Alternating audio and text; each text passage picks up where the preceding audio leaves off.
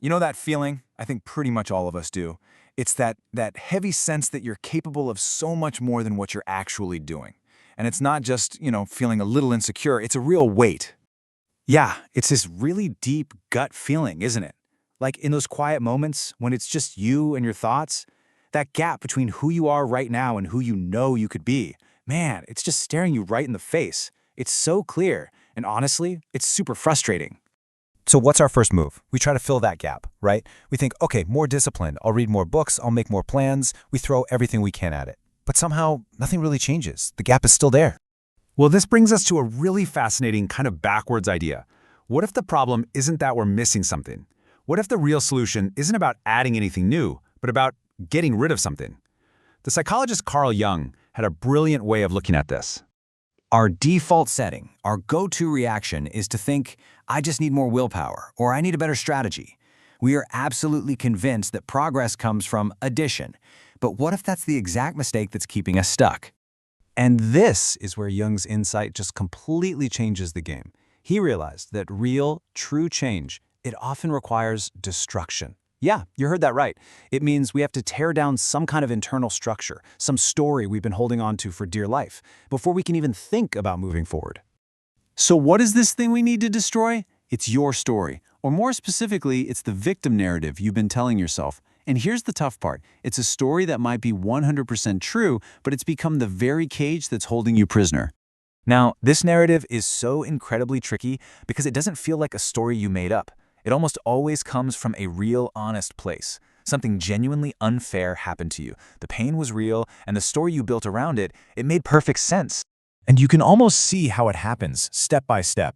It starts with a real event, a real injustice. Then you create a story to make sense of it, to explain the pain. But over time, that story hardens, it calcifies. It goes from, this is what happened to me, to this is why I can't. It stops being about your past and starts dictating your future. And this shift, this hardening of your story, has been called maybe the most expensive psychological deal you will ever make. You're trading something unbelievably valuable for just a little bit of comfort. So here's the transaction. Look, on one side you get comfort. You get that relief from responsibility. If it's the system's fault or someone else's fault, then hey, being stuck isn't on you. But look at the price tag.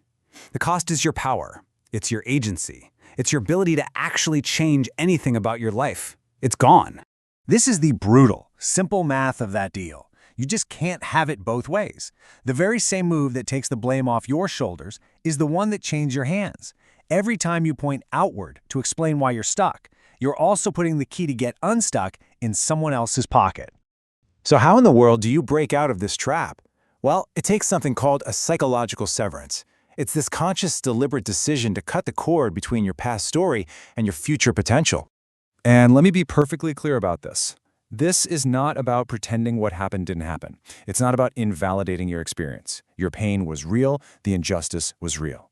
We're not trying to destroy the facts, we're trying to destroy the limiting conclusion you drew from them. The tool you use for this severance is something called the yes and stance.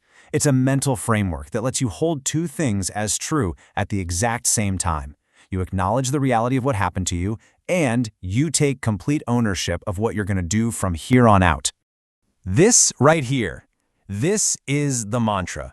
This is the thought that literally breaks the bars of the cage. Yes, what happened to me was unfair, and I am still the one who has to move. See what that does? It just completely shifts your focus away from who's to blame and puts it squarely on your next step. It's all about movement. And that leads us to the final piece of the puzzle, and really the most important part, your first move. This is how you go from being a victim of your own history to being the architect of your own future.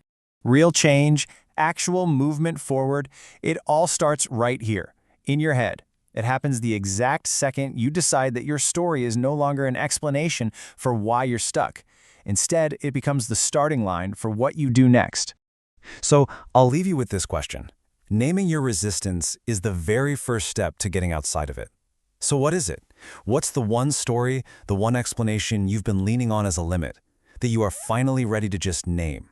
Because the moment you can name it, you're no longer completely trapped inside it.